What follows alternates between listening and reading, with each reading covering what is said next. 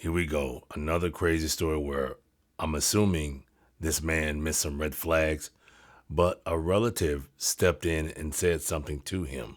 Let's go.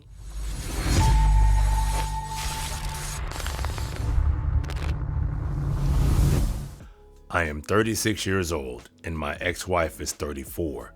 She thought she could juggle two men behind my back while smiling in my face at Sunday dinner. My granny saw right through her. I work as a corrections officer in South Carolina and have been doing it for about 12 years now. Started right after I got out of the Army when I was 24, figured the structure would be familiar and the benefits were good. I make around $55,000 a year, which isn't getting anybody rich, but it pays the bills and the retirement is good. It's a stressful job, not going to sugarcoat it. You're dealing with inmates all day, some of them violent, and you have to keep your head on the swivel. But I've always been good at reading people. You must be in that line of work. My ex-wife was an accountant at a car dealership, one of those big dealerships that sells multiple brands. So she was always busy, especially around the end of the month when they were trying to hit their numbers. She made a little less than me, maybe around 48,000, but together it was easy. We had a nice house in a decent neighborhood, two cars that we both owned together. We met at a huge park cookout thrown by a friend of ours when I was 25 and she was 23. She was cute, funny, seemed like she had her head on straight. We dated for about 2 years and we got married 6 months after that. So, all in all, we were together for about 11 years, married for 9 of them.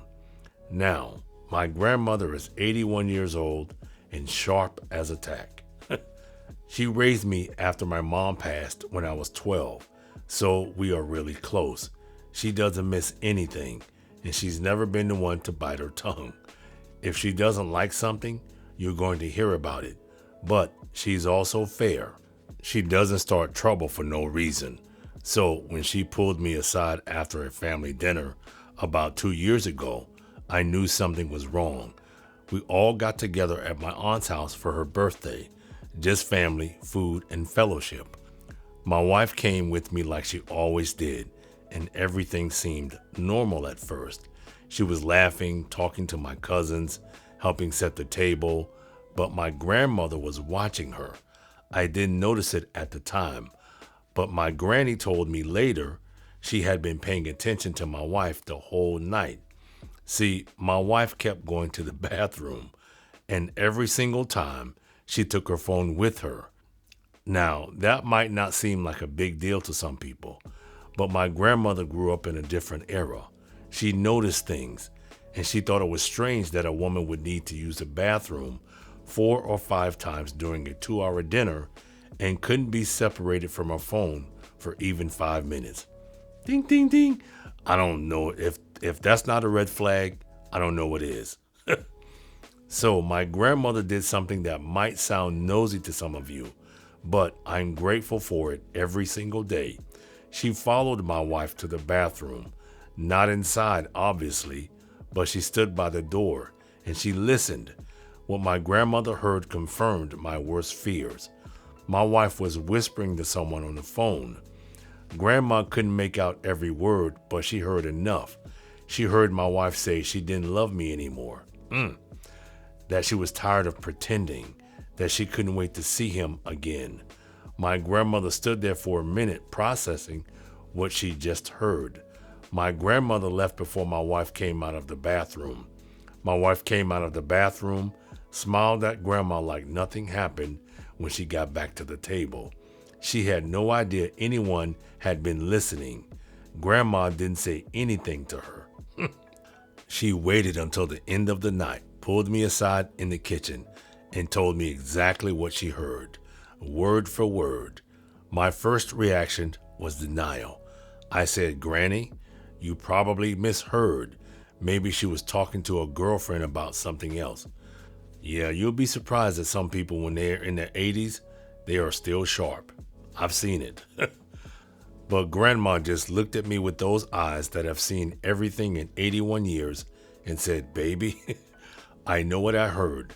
That woman is stepping out on you. You need to watch her. Pay attention to what she does. Track her if you must. Yeah, Granny is still sharp. Because something isn't right. I didn't want to believe it, but I trusted my grandmother more than anyone else in the world.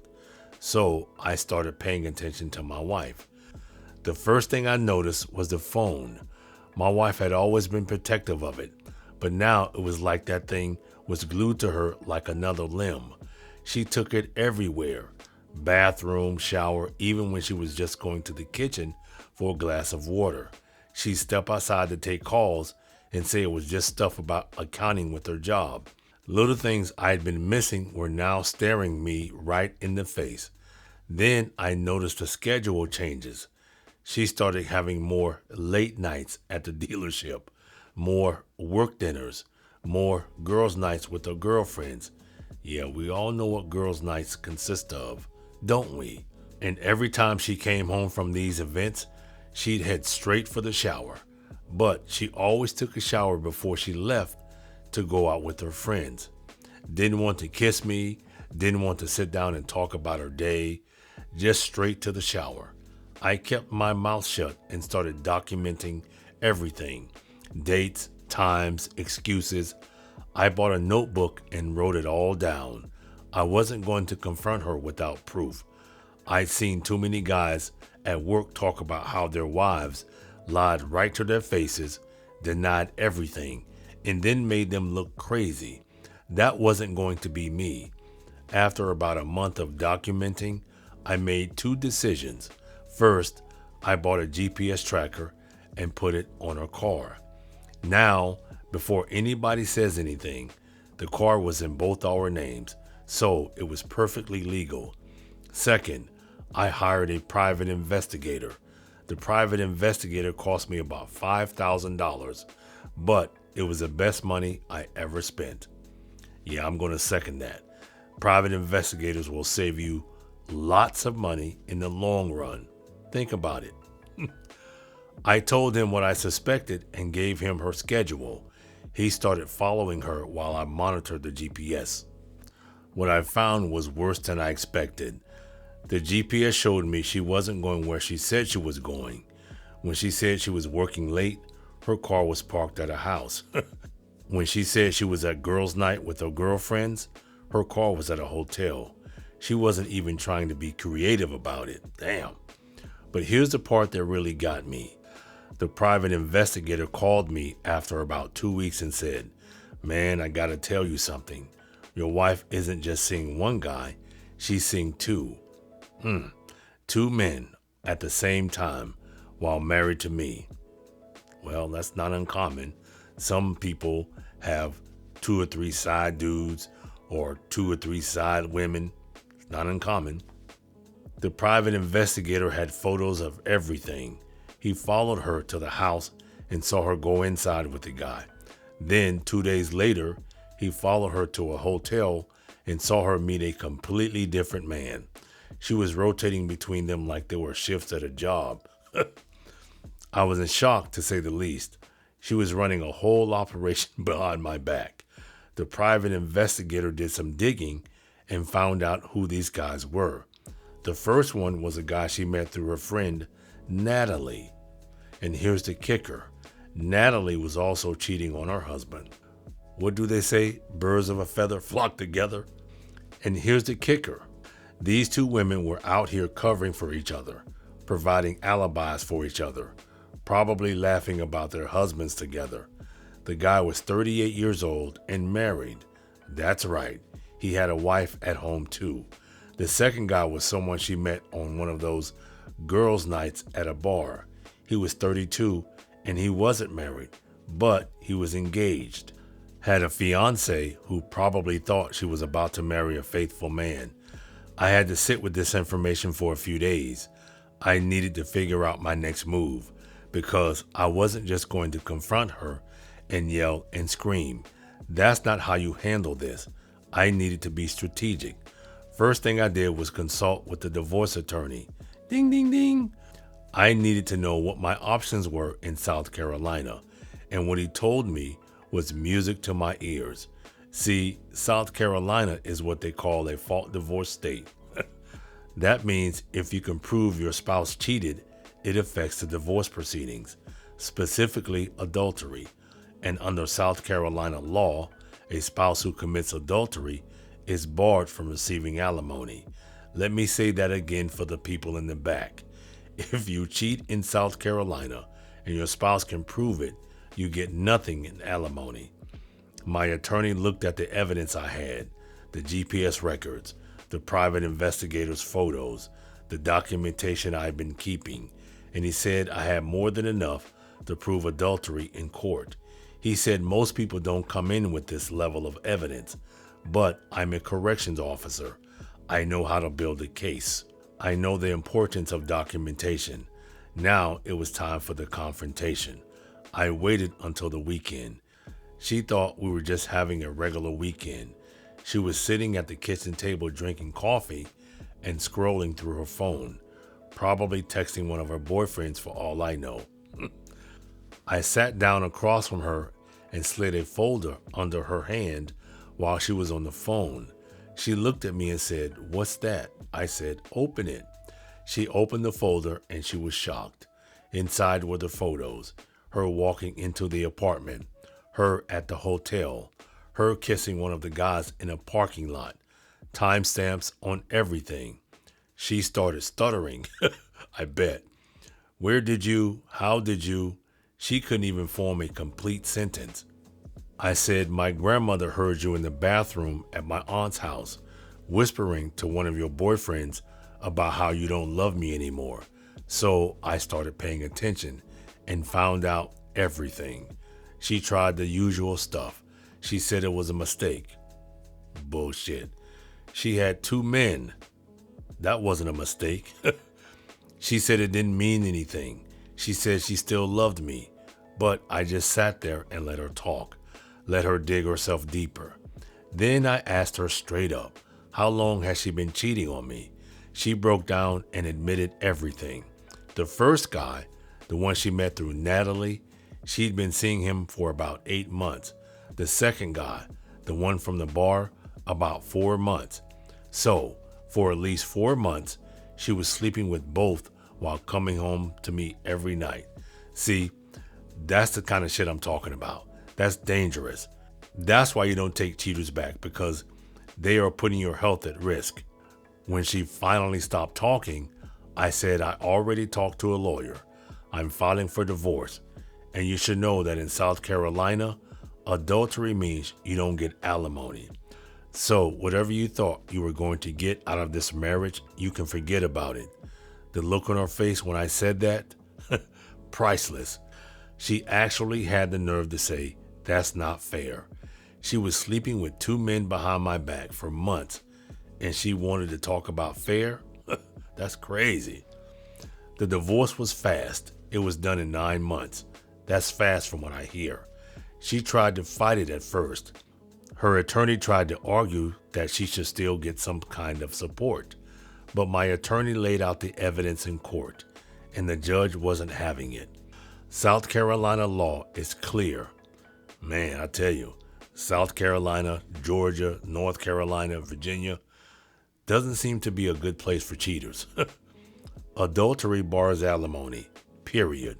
In the end, she got nothing from me. We sold the house and split the equity, but that was it. No monthly payments, no spousal support. She had to figure out her own life with her own money. But here's where it gets even better. Remember those men she was seeing? I made sure the women found out too. The first guy's wife, the private investigator had her information, and I just sent a certified letter addressed to her, included copies of the photos and dates. I heard she filed for divorce within a month. The second guy's fiance, same thing. I wasn't hiding behind anonymous letters. I'm a corrections officer. I'm not scared of confrontation. She called off the wedding. Both of those men had their lives blown up right alongside my wife. And you know what? I don't even feel bad about it. They knew she was married. They made their choice. Oh, and Natalie, her husband found out too. See, when my wife's world fell apart, She panicked and called Natalie crying. Natalie's husband overheard the conversation and started asking questions. Within 2 weeks, he had his own private investigator following Natalie. Turns out she was just as dirty as my wife. Damn. He filed for divorce too. My grandmother called me the day my divorce was finalized. She said, "Baby, I'm sorry you had to go through this, but I'm proud of how you handled it. You didn't lose your cool. You didn't do anything stupid. You gathered the evidence and let the law do its job." I told her, "Grandma, if you had been paying attention that night, I might still be married to that woman. I might still be getting played. You saved me." She said, "That's what family is for. We look out for each other." And I never liked the way she was acting that night. Something just felt off. She was right. Something was off. And because she trusted her instincts and had the courage to tell me, I was able to protect myself. Yeah, only because of Granny. My ex-wife, last I heard, she's struggling. Neither of those men wanted to be with her once everything came out. Turns out they were just having fun with her on the side. They didn't want to build a life with her. She lost her marriage. She lost her affair partners.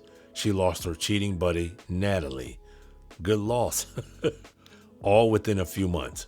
She reached out to me once, almost a year after the divorce. Sent me a long text message apologizing, saying she made the biggest mistake of her life, asking if there was any way we could talk. I didn't even respond. What was there to talk about? She made her choices. Now she gets to live with them. For those of you going through something similar, here is my advice. I don't need to rehash it. Trust what your gut is telling you. It's sounding off for a reason. If something feels off, it probably is. Don't let anyone gaslight you into thinking you're crazy. Second, don't confront without evidence. I know it's tempting to blow up the moment you suspect something.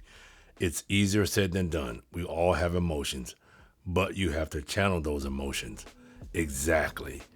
If you channel those emotions, you are less likely to make a mistake. Just saying. Gather your evidence first. I am a big fan of Tony's channel, and he says the same thing over and over. Know your state laws, and this man is right. I'm just stating the facts. Know the laws, so you won't go in there unprepared. Know your laws. What happened to me in South Carolina might not happen the same way in your state. Some states are no fault, some are fault-based. Talk to a lawyer before you make any moves. Fourth, hire a professional if you can afford it. I know they are expensive up front, but think about the alternative. That private investigator was the best investment I ever made. He got evidence I never could have gotten on my own. I always say private investigators are worth every penny because they will save you a lot of money in the long run. And fifth, lean on your family. I'm blessed to have a grandmother who loves me enough to tell me the hard truths. Not everyone has that, but find someone you trust and let them support you. My life now, it's good. Better than it was when I was married, honestly. I've got my own place, a nice little house I bought with the equity from the sale. I'm still working at the prison, still putting away money for retirement. I started dating again about a year after the divorce, and I met a good woman who treats me right. As for my grandmother, I take her to dinner every Sunday, just the two of us. It's the least I can do for the woman who saved me from wasting any more years of my life on someone who didn't deserve me. I'm going to say this right now. I think Granny was the real star in this story. To everyone listening, thanks for hearing my story. But remember one thing, is that the truth always comes out. And when it does, make sure you're prepared. Take care of yourselves. And Tony, the hell with the trolls. Another thing, your voice is awesome. I am not gay, but man, when you are on the mic, it's the best and you are real. None of this AI shit. No channel can compete with you when they are narrating similar stories. You have one of the best voices I have heard on this platform. It's really nice to have a compliment like that. Some of you people don't realize the shit I went through when I first started this channel, narrating the stories myself. But now, I guess, 70,000 subscribers later, I guess people like it. Until next time.